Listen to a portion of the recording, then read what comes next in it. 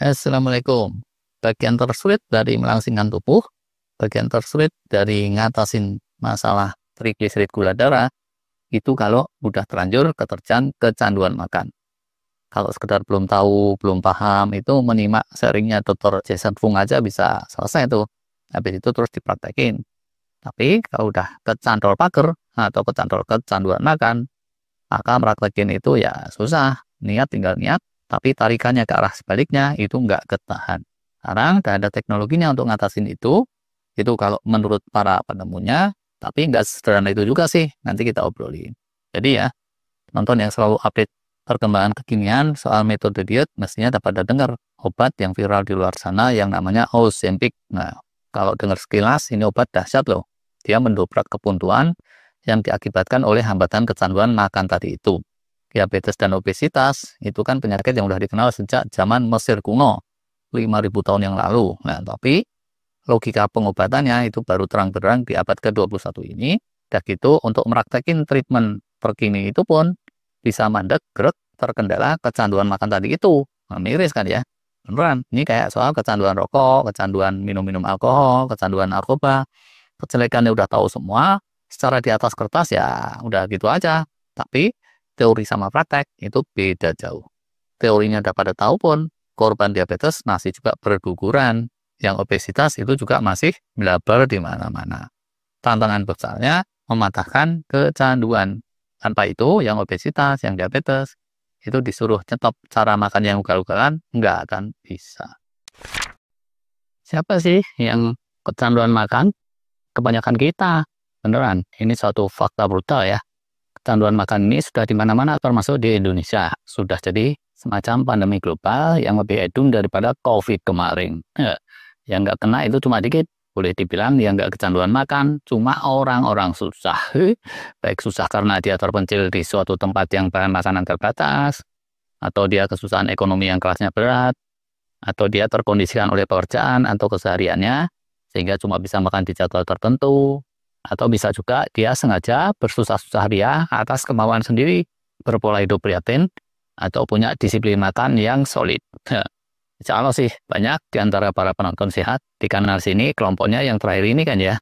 Tapi itu pun pastinya pernah atau sering melihat yang kecanduan makan di kalangan handai tolannya. Karena ya di luar yang kelompok susah tadi, mending aku aja lah. Pasti sering tuh. Nggak lapar, nggak lemes, nggak apa. Bukan jadwalnya juga tahu-tahu makan. Secara impulsif atau ngemil. Sekalipun di jam-jam yang tidak semestinya. Entah di jam nanggung, pagi atau sore, atau larut malam, astagfirullah. Bisa gegara lewat tukang somai, atau tukang mie trek-trek, atau pas ngelihat es krim warna-warni, sudah kenyang pun disuguhi makan, hayu aja terus. Tahu-tahu habis sepiring. Masih nambah cemilan, cuci mulut gitu katanya. Es krim semangkok besar, es cendol atau es campur, dan lain-lain. Minum manis itu pun jadi budaya pop juga. Mulai dari kecil udah dibiasain kayak gitu. Anak-anak lagi asik main pun, bukan waktunya makan, sering tuh sama orang tua didorong untuk makan ini dan itu. Pas waktunya istirahat sekolah gitu ya. Tempat jajan itu hampir nggak pernah sepi kan ya. Untuk anak, remaja, muda-mudi, sebetulnya jangka pendeknya itu ya udahlah. Nggak sebahaya yang tuaan. Cuma masalahnya, kebiasaan kayak gitu terus menetap sampai dewasa. Susah dilempengin lagi. Budaya nongkrong itu kalau mudanya sehari-hari, biasa kayak gitu apa bisa? Setelah ulang tahun ke-40, terus pandekrek stop. Belum pernah denger sih kalau saya. Nah, di antara yang kecanduan itu, terus ada yang kelasnya berat. Kalau yang ini, ujungnya udah nggak bisa diapa-apain dengan cara-cara biasa. Mesti pakai cara drastis, tapi ya cara-cara drastis itu memerlukan semangat yang kelasnya kelas jihad fisabilillah gitu. Sedikit aja tuh yang ujungnya terus berhasil menjalaninya. Oke lah, kalau yang kelas berat, jumlahnya ya paling 10-15% populasi, ini mungkin perlu ditolong dengan terapi-terapi serius dan atau dengan obat-obat kekinian macam Ozempic atau sejenisnya itu. Cuman yang kelas ringan dan sedang, ini kalau nggak segera nyadar, pastinya jelek juga. Seringnya lagi ya, jadi jeleknya itu pertama-tama karena orangnya nggak mau ngaku. Nggak mau ngaku bahwa pola makan sehari-harinya itu tuh asal-asalan. Pola ngemilnya, pola makannya, dan seterusnya. Sampai kemudian jebret, begitu menuai penyakit atau keusuran di usia kepala 5, baru deh nyawa. Bahkan ada yang kena masalah sebelum kepala 5 pula. Dan gitu, jeleknya lagi, pola asal ini menurun ke generasi-generasi selanjutnya, Masya Allah. Anda sih, yang makan ngawur pun itu sehat sampai tua. Dasar bakat dari sononya. Tapi yang seperti itu selalu dan selalu jumlahnya sedikit. Ini nih, saya pun ngerasain juga lebaran kemarin.